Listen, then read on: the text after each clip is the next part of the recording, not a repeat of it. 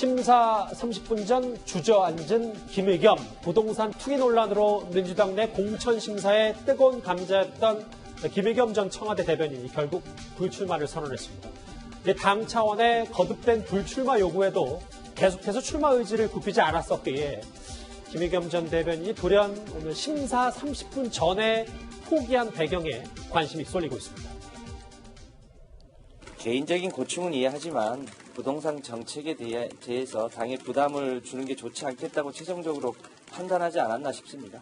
개별적으로 의견이 오가기는 했을지 모르겠습니다만 당 차원에서 공식적으로 의견이 오가진 않았습니다.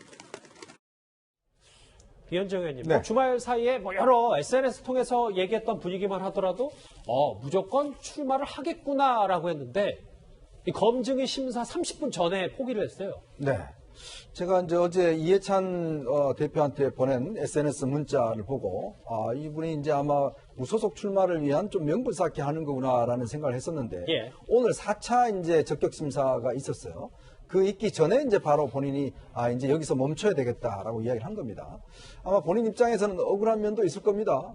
내가 불법을 저질렀냐, 내가 좀 재산 투자해서 부풀린 건데 그게 뭔 문제냐 이런 생각할 수도 있을 거예요. 그러나 이 정부가 내세운 게 결국은 어떤 공정의 가치 아니겠습니까? 또 부동산 문제는 지금 현재 굉장히 20, 30대뿐만 아니라 지금 어떤 면에서 많은 국민들이 굉장히 어떤 박탈감을 느끼고 있는 상황이죠. 더군다나 이런 어떤 부동산 투기를 했던 분이 실제로 대통령의 또 대변인을 했지 않습니까?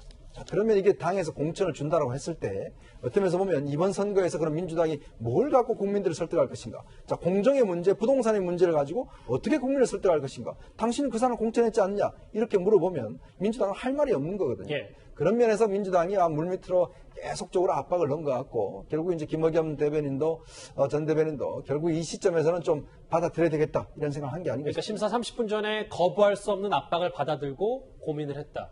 근데 김태현 변호사님. 네. 그런데 정치권에서는 또 이런 얘기도 나오더라고요. 결국 그래도 여당은 문석균 부위원장, 그러니까 문희상 의장의 아들이든 김의겸 전 대변이든 논란이 됐던 사람들은 결국 총선에 포기를 시킨다.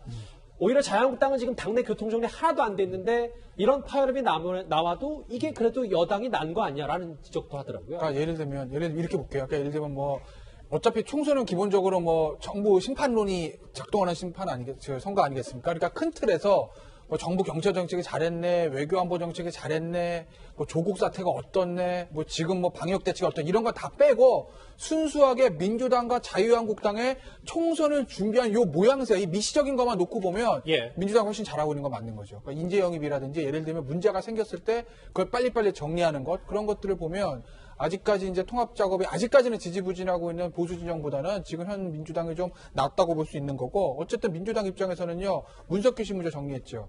김의겸 전 대변인 정리했죠. 알턴이 2개 빠진 겁니다. 그렇기 때문에 글쎄요 민주당이 지금 미시적인 선거 대책, 선거 운동 캠페인, 인재 영입부터 공천까지 캠페인 자체는 잘 하고 있는 것 같긴 한데 아까도 말씀드렸죠. 총선이라는 거는 기본적으로 정부에 대한 중간 선거, 심판적인 성격들이 있기 때문에 그게 이제 어떻게 될지는 조금 지켜봐야죠. 조국 전 장관과 인연도 강조했고 이해찬 대표에게 공개 편집까지 써봤지만 결국 총선 포기를 선언한 김의겸 전 대변인 얘기 정치권 이슈로 짚어봤습니다.